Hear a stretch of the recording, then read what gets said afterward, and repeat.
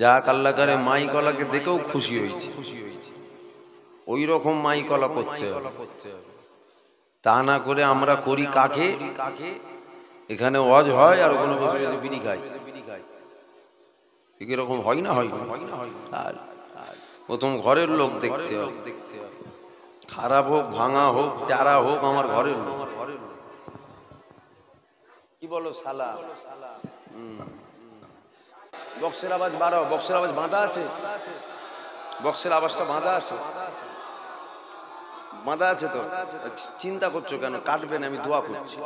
বক্সের আওয়াজ ছাড়ো, বক্সের আওয়াজ ছাড়ো। এভাবে কষ্ট হয়ে যাবে। 100 দিনের কাজে কষ্ট কম, দু কোদাল মাটি কুপিয়ে রেস্ট লিয়া যাবে, তো রেস্ট লিয়া যাবে না রে। ছাড়ো, আপনাদের কানে লাগছে না তো?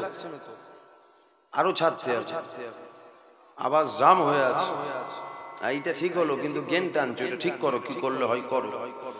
বক্সটাকে ধরে ঘোরাও বাইরের দিকে, তো সব আগে সেট করে নেবে, হুজুর আসার পর সব সেট হবে। ওইটা নয়, ওইটা নয়, এই নিচেরটাকে বাইরের দিকে ঘোরান, ওইটাকে ঘোরান তো বাইরের দিকে, সামান্য ঘোরান, সামান্য, দেখবে ক্ষতি করে ফেলুনি আবার। আচ্ছা, উপরেরটা বাইরের দিকে করে দাও, উপরেরটা বাইরের দিকে করে দাও। হ্যাঁ করো, আরো বাইরে করো। হ্যাঁ থাক, ঠিক আছে, ঠিক আছে। এবার কি করলে হয় করো, ক্লিয়ার করো। 3 রকম আওয়াজ হচ্ছে বক্সে। যেই প্রেসার দিচ্ছি আওয়াজ পুরো বসে যাচ্ছে, যখন ছেড়ে দিচ্ছি আস্তে কথা বলছি আবার জোরে হচ্ছে। অত চিন্তা ভাবনা করে ও মাইক সেট চালানো যায়, কেটে যাবার ভয় করলে ছাড়ো তুমি। আওয়াজটা বাঁধা আছে, বক্সের আওয়াজ বাঁধা আছে, তাহলে আওয়াজ এরকম হচ্ছে কেন? আওয়াজ চেপে যাচ্ছে কেন? যেই প্রেসার দিচ্ছি চেপে যাচ্ছে কেন আওয়াজ? তাহলে ভোল্টেজ জেনারেটর লাগাওনি কেন? দুটো লাগাওনি কেন জেনারেটর? বলবে তো একটা ভোল্টেজ টানতে পারবে না। তুমি পারবে 1 ঘন্টা অজ করতে? গজল বলো, 20,000 টাকা নজরানা দেবো। মনে হবে মাইক চলছে, কিন্তু কি হচ্ছে আমি তো বুঝতে পারছি। আপনারা মনে করবেন ঠিকই তো আওয়াজ হচ্ছে, না ঠিক আওয়াজ হচ্ছে না। 10 মিনিট কথা বলার পর ফাঁস ফাঁস করে আওয়াজ বেরোবে আর কথা বেরোবে না। ভোল্টেজ কম, ও তো ভোল্টেজ আগে দেখতে হবে। একটা জায়গায় 2টো জেনারেটর, এত টাকা পয়সা কমিটির লোক খরচ করেছে, 2টো জেনারেটর করতে পারবে না? দেখেন কি করলো, এভাবে অজ করা যায় না। দোয়া করতে হবে তাড়াতাড়ি, মাইক ঠিক থাকলে অজ করতে মন চায়। আর এটাই যদি খারাপ হতো আমার জানে কষ্ট হবে। কতক্ষণ বলবো? বেশটা জিরোই করা আছে, ফুল কাটা আছে, টোন দান তো দেখি, আরো টোন দান। দিয়েছেন টোন, আরো দান, আরো দান দিয়েছেন। মাইকের আওয়াজ বাড়ান, বাড়ান মাইকের আওয়াজ। দেখবেন আবার কেটে যেন না যায়, আপনি আপনার লিমিট হয়ে পারেন। কোথায় বলবেন লাস্টে হুজুর সব কেটে দিয়েছে রে বাবা, বদলাম হয়ে যাবে। তোমার যতটা বাড়াবার ক্যাপাসিটি আছে ততটা বাড়াও। আর হবে না, হবে না, ঠিক আছে। চাপা দিয়ে দাও, চাপা দিয়ে দাও, কাপড় চাপা দিয়ে দাও, চাপা দিয়ে দাও। আবার কি ঘাঁটতে মন যাচ্ছে নাকি? তোরা হাসছি কেন? হ্যাঁ, আর কিছু করার নেই তো? ঠিক আছে তো? থাক, আমারও ঠিক আছে। তোমার হাত গেলেই আমার গন্ডগোল।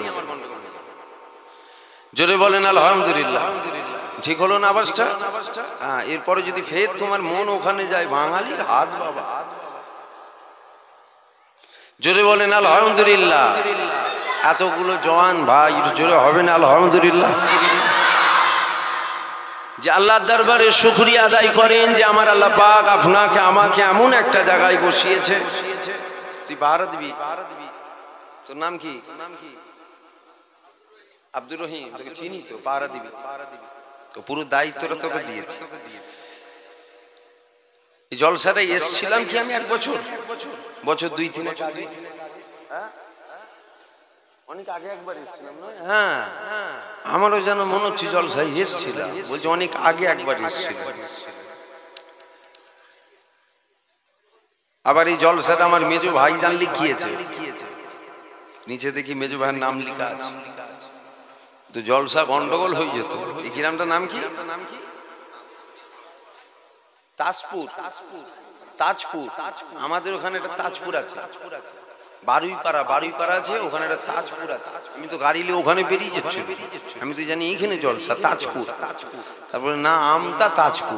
হ্যাঁ, আল্লাহ দরবারে শুকরিয়া আদায় করেন যে আমার আল্লাহ পাক আপনাকে আমাকে এমন একটা জায়গায় বসিয়েছে, যে জায়গায় আমরা বসে যদি খালেস দিলে আল্লাহর দরবারে তওবাতুন নাসুহা করে নিতে পারি, আমাদের জীবনের যে সমস্ত বড় বড় অর্থাৎ কাবিরা কাবিরা গুনাহ আছে, ওই গুনাহগুলোকেও আল্লাহ মাফ করে দেয়। জোরে বলুন সুবহানাল্লাহ। যে আল্লাহর দরবারে শুকরিয়া কি আদায় করব আমরা? সবই তো আল্লাহর রহমত। আমরা যে দুনিয়ায় বেঁচে আছি এটাও তো আল্লাহর রহমত। আজকে মাগরিবের টাইমে যে নাস্তা করেছি ওটাও আল্লাহর রহমত। আল্লাহ যদি কালকে বাঁচিয়ে রাখে ওটাও আল্লাহর রহমত। যা কিছু আমরা দেখছি সব আল্লাহর রহমত। কোন রহমতের শুকরিয়া আদায় করব আমরা? তবে একটা রহমতের শুকরিয়া আদায় করতে পারবো আমরা, একটা, যে কোনো একটা পারবো না। যে আল্লাহর সব থেকে বড় রহমত তো এটা যে আমার আল্লাহ কারো 50 বছর 60 বছর 70 বছর হায়াত দিয়েছে, কুকুর বিড়াল করে আল্লাহ পাঠায়নি, আল্লাহ সৃষ্টির সেরা আশরাফুল মখলুকাত মানুষ করে পাঠিয়েছে। জোরে বলুন সুবহানাল্লাহ। তবে আমার আল্লাহ যদি চাইতেন আমাদের জন্তুর জানোয়ার করতে পারতেন, কিন্তু আল্লাহ করেনি। আল্লাহ বড় ভালোবেসে আমাদেরকে আশরাফুল মখলুকাত সৃষ্টির সেরা মানুষ করেছে। তবে আমরা মানুষ হবার উপযুক্ত নয়, আমরা কেউ মানুষ হবার উপযুক্ত নয়।